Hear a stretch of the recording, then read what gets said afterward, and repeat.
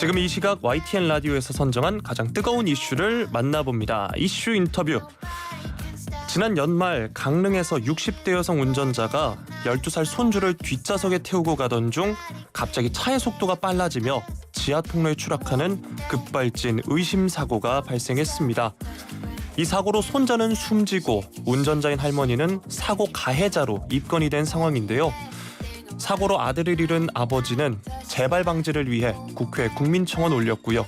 현재 5만 명 이상의 국민동의 얻은 상황입니다. 이와 관련해서 교통사고 전문 변호사 한문철 변호사 전화 연결해 자세한 이야기 나눠보겠습니다. 변호사님 안녕하세요. 네, 안녕하십니까? 네, 반갑습니다. 네네. 네, 바로 질문 드리도록 하겠습니다. 네네. 변호사님도 사고 영상 보셨을 텐데요. 이 청취자분들을 위해서 사고 설명 잠시 드리면 SUV 차량이 굉음과 함께 흰 액체를 분출하면서 갑자기 무서운 속도로 튀어나가서 앞서가던 차량을 들이받습니다. 네. 이렇게 1차 추돌 사고 이후 속도를 줄이지 못하고 600m가량 더 주행해서 왕복 4차로 도로를 넘어가서 지하 통로에 추락한 뒤에야 차량이 멈춰선 건데요. 네. 이게 단순 교통사고라고 볼 수는 없을 것 같은데 유가족은 일단 급발진이라고 주장을 하고 있고요. 급발진 사고일 가능성 있다고 볼 수 있을까요? 그 사고가 일반적인 교통사고의 유형과는 상당히 다릅니다. 네. 우선 잘 가고 있다가 처음에는 속도가 빠르지도 않았었는데 앞에 서 있던 차를 그냥 들이받고요. 그리고 한참을 달려서 점점 더 속도가 붙고 그리고 마지막에는 마치 이런 표현이 적절할지 모르겠습니다만 비행기가 이륙하는 듯이 도로를 날아올라서 지하 통로 쪽에 이제 처박히게 되는 그런 처참한 사고였었는데요. 그것이 이제 운전자가 또 달리면서 계속해서 손자 이름을 부릅니다. 누구야 그러면서 다급하게요. 그래서 일반적인 그 교통사고는 운전자의 실수로 일어나는 거죠. 그렇게 보이지는 않습니다. 저도 영상을 봤었는데 차량이 정말 방금 전에 말씀해 주셨다시피 날아간다라는 표현이 될 정도로 정말 빠르게 날아가던데요. 운전자였던 할머니가 브레이크도 밟고 이것저것 다 해봤는데 차가 안 멈췄다 이렇게 기억을 한다고 하는데 급발진이라고 의심할 수 있는 정황, 근거는 어떤 게 있을까요? 우선 급발진 사고는 두 가지죠. 하나는 운전자가 잘못해서 가속 페달을 세게 밟아갖고 차가 갑자기 튀어나가는 그런 운전자의 실수에 의한 게 하나 있고요. 또 하나는 운전자가 잘못한 것이 아니고 차체 결함으로, 그러니까 차가 갑자기 튀어나간다는 것은 둘 중에 하나입니다. 운전자의 잘못이냐 차량의 잘못이냐.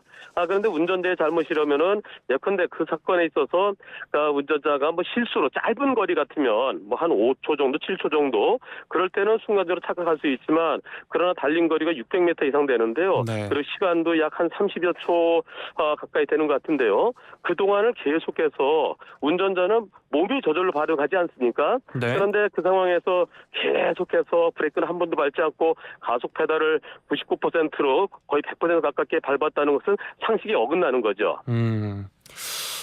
지금 보면 사고로 아들 잃은 아버지 급발진이라는 증거를 직접 찾아야 하는 입장입니다.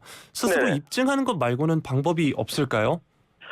우리나라에서는 피해자 측이, 그러니까 운전자 측에서 내 잘못이 아니고 차의 문제다, 차의 문제점이 있었다, 차량 결함이다라는 것을 증명하도록 되어 있는데요. 자동차에 대해서 잘 모르는 일반인이 차체 결함을 찾아내는 것은 거의 불가능에 가깝습니다. 그런데 또 당시 여러 CCTV, 블랙박스 영상들을 유가족 측이 확보했다고 하더라고요. 저도 기사를 찾아보니까 여러 시민들이 도움을 줬다고 하는데 그럼 이 영상들이 증거로 소송에 도움이 될 수 있을까요? 현실적으로 도움되지 못합니다. 현실적으로. 그 영상은 그것은 차의 문제가 있는 것이 아니고 운전자가 잘못해 계속 가속 페달 밟았으면 차가 이렇게 빨리 나갈 수 있는 거 아니냐. 지금 영상들 다 운전자 잘못이다.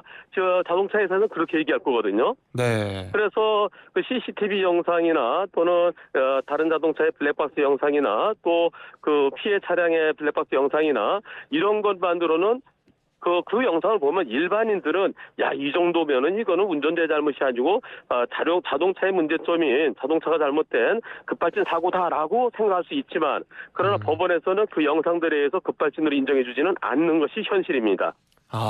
그 영상들이 현실적으로는 소송에서 도움이 안 될 수 있다 이렇게 이야기를 해주셨고요.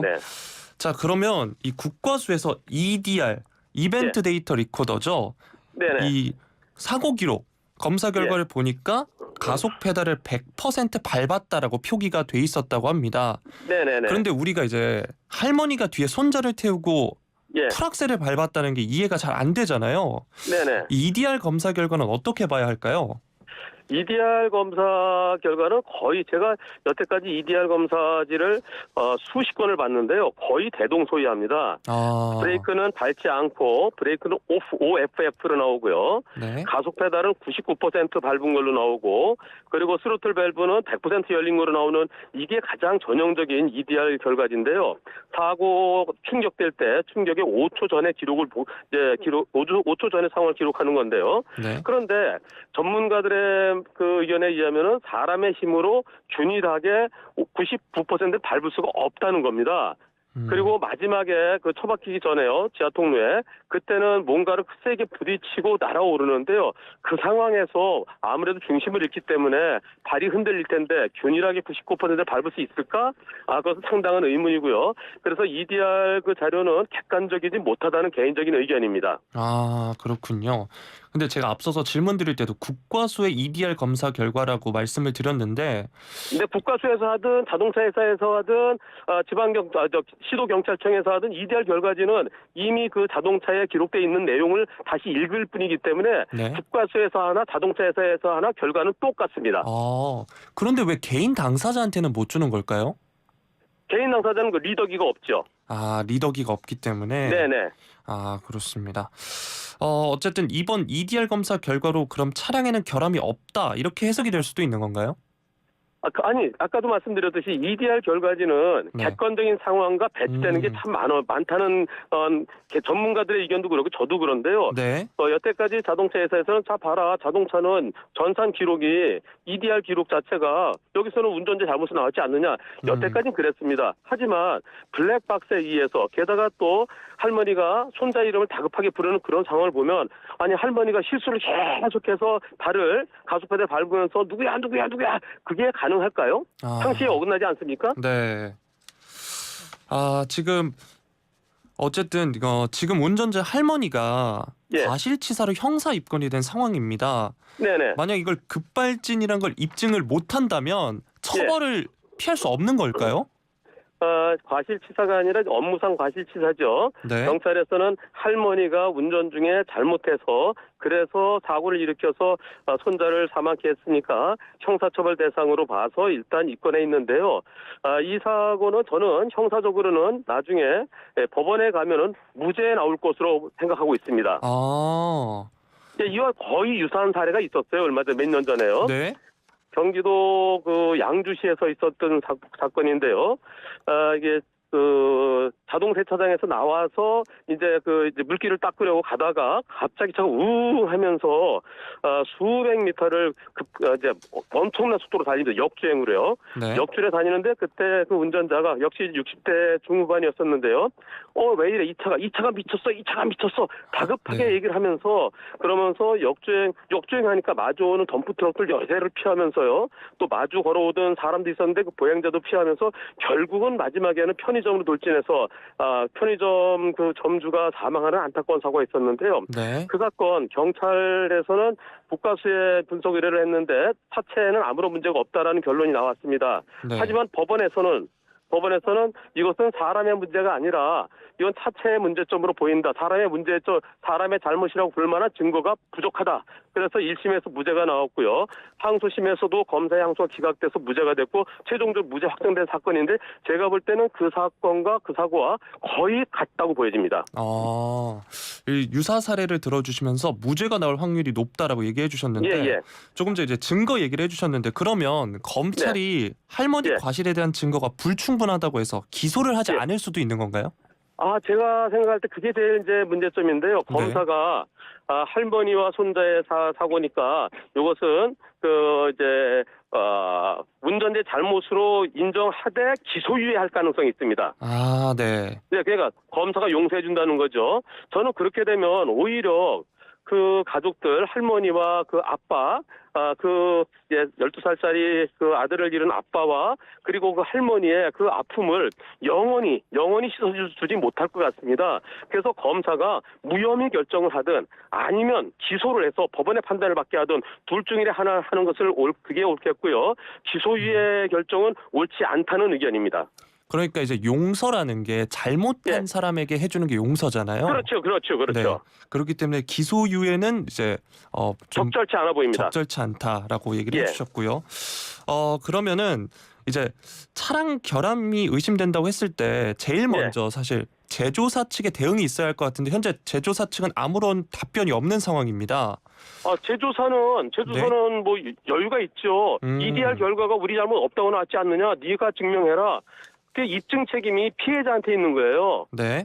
이게 잘못된 거죠. 우선 오디오까지 있기 때문에 그리고 주변 영상을 볼 때 이것은 사람의 힘으로는 거의 이건 있을 수 없는 누가 보더라도 아마 100명의 그 지나가는 분들 100명한테 이것이 차의 문제냐 사람의 문제냐 그러면 저는 99%가 자동차의 문제라고 답할 것으로 생각하는데요. 네. 그러면 이 블랙박스 영상, CCTV 영상, 그다음에 오디오까지 줬으면 그때는 자동차 회사가 일단 그 정도면은 자동차의 문제로 추정되는 거거든요. 네. 그럼 자동차 회사에서 우리 자동차에는 잘못이 없다는 걸 증명하도록 해야 그 입증 책임이 바뀌어야 되는데요. 아직까지 그게 안 되기 때문에 답답한 현실입니다. 아직까지는 그게 아니다라고 얘기를 해주셨는데 그러면 저는 궁금한 게 소송을 해서 급발진이 인정이 되고 또 운전자 측, 그 제조사 측이 아니라 운전자 측이 승소하는 사례도 있었을까요? 형사 사건에서는 이제 무죄 판결 받은 게 몇 건 있는데요. 네. 형사 사건은 무죄 판결 받았다고 해서 바로 자동차의 급발진이다라고 인정되는 건 아니고요. 네. 운전자에게 잘못이라고 볼 증거가 부족하다라고 그렇게 이제 판결문에 나옵니다. 네. 그래서 제조사는 이건 운전자의 잘못이 부족하다는 거지, 즉 검사가 입증을 못해서 그런 것이지 자동차의 문제다, 자동차의 급발진으로 인정된 건 아니지 않느냐 이렇게 해서 또 빠져나갈 길이 있는데요. 민사적으로 아직까지 우리나라에서 자동차 급발진 사고로 인정된 사례는 단 한 건도 없고요. 네. 다만 수입 자동차 중에서 한 건이 항소심에서 차량 급발진으로 인정된 사례가 있었습니다. 네. 그 사건은 대법원에 가 있는데 지금 한 2년이 지나도록 아직까지 대법원 판결이 선고가 안 되고 있는 걸로 알고 있습니다.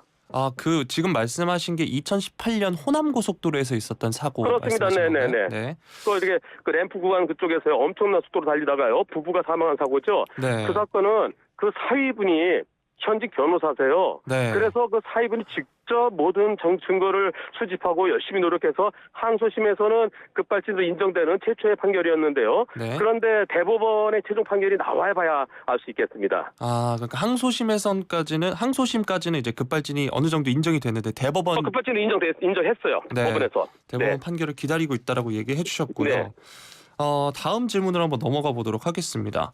네. 이번에 유가족 측이 청원을 올리면서 개정해달라는 법안의 핵심이 제조물 결함 입증의 주체 변경입니다. 앞서서 계속 얘기해 주신 아까 건데 제가 말씀드린 입증 책임의 전환이죠. 네. 네, 자동차 회사 측에서 그러니까 이 피해자 측에서는 이 정도면 급발진 아니냐 거기까지만 보여주면 그 다음부터는 자동차 회사가 우리 차는 완벽했다는 걸 니들이 증명해라. 예컨대 가벼운 수술을 받기 위해서 맹장 수술 같은 건 간단한 거 아니겠습니까? 맹장 수술 받으러 들어갔던 건강했던 사람이 수술 받다가 나중에 그 병원에서 사망하게 되면은 그게 그 사람의 잘못일까요? 병원 측의 잘못일까요? 멀쩡한 사람이 걸어 들어갔다가 거기서 죽어서 나오면은 일단은 병원 측의 잘못으로 보는 거고요. 병원 측에 우리는 잘못이 하나도 없다라는 것을 증명하지 못하면 병원이 책임지도록 돼 있거든요. 그와 마찬가지로 급발진 의심 사례도 입증 책임이 그 자동차 제조사, 자동차 회사 쪽으로 넘어가는 것이 옳겠다는 의견입니다. 네, 지금 청취자 9022님도 급발진 추정 사고는 의료 사고랑 비슷하네요라고 의견을 보내주셨고요. 네네. 네, 다음 질문이 국민청원이 지금 5만 명 이상 동의를 얻었습니다. 네네. 국토교통부도 직접 조사에 착수한 것으로 알려지고 있는데 그러면 법 개정으로 이어질 수 있지 않을까 이런 기대감도 나오는데 변호사님은 어떻게 보세요? 이에 관련해서 우선 그 강릉이 지역구인 그 권성동 의원, 국민의힘 권성동 의원께서 여기에 관심을 많이 갖고 계시더라고요. 네.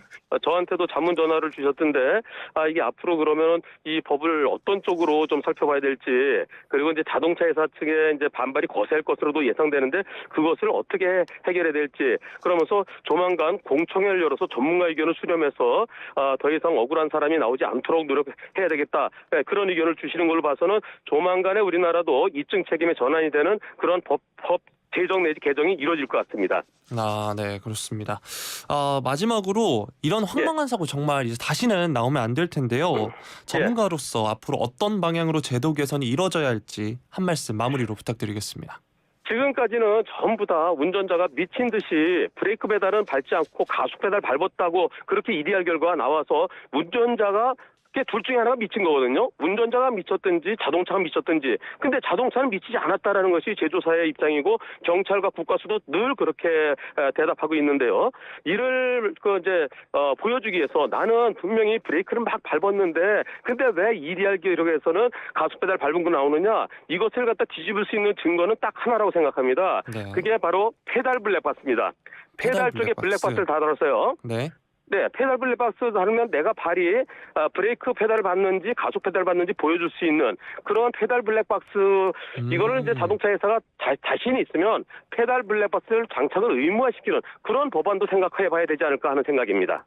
페달 블랙박스의 의무화가 제도 개선의 방향으로도 이어질 수도 있겠네요. 네, 그래야죠. 그래야 자동차에서 봐라. 여기 페달을 계속해서 가속 페달 밟았지 않았냐? 가속 페달 밟은 거 그것을 이제 페달 블랙박스를 보면 알 수 있으니까요. 네. 그리해야 억울한 사람을 생기지 않게 하고 내가 뭔가가 명명백백해지지 않을까 하는 개인적인 의견입니다. 네, 그렇습니다.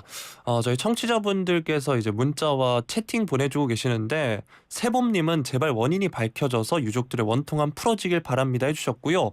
6058님은 한문철 변호사님 팬이라고 하십니다. 슬기로운 네, 라디오 고맙습니다. 생활에서 만나니까 더 반갑습니다 하셨는데 인사 한번 해주시죠. 네, 고맙습니다. 앞으로도 우리 교통사고 예방과 그리고 억울한 교통사고 피해자분들을 위해서 열심히 노력하겠습니다. 고맙습니다. 네, 감사합니다. 오늘 말씀 감사드립니다. 네, 고맙습니다. 네, 지금까지 한문철 변호사였습니다.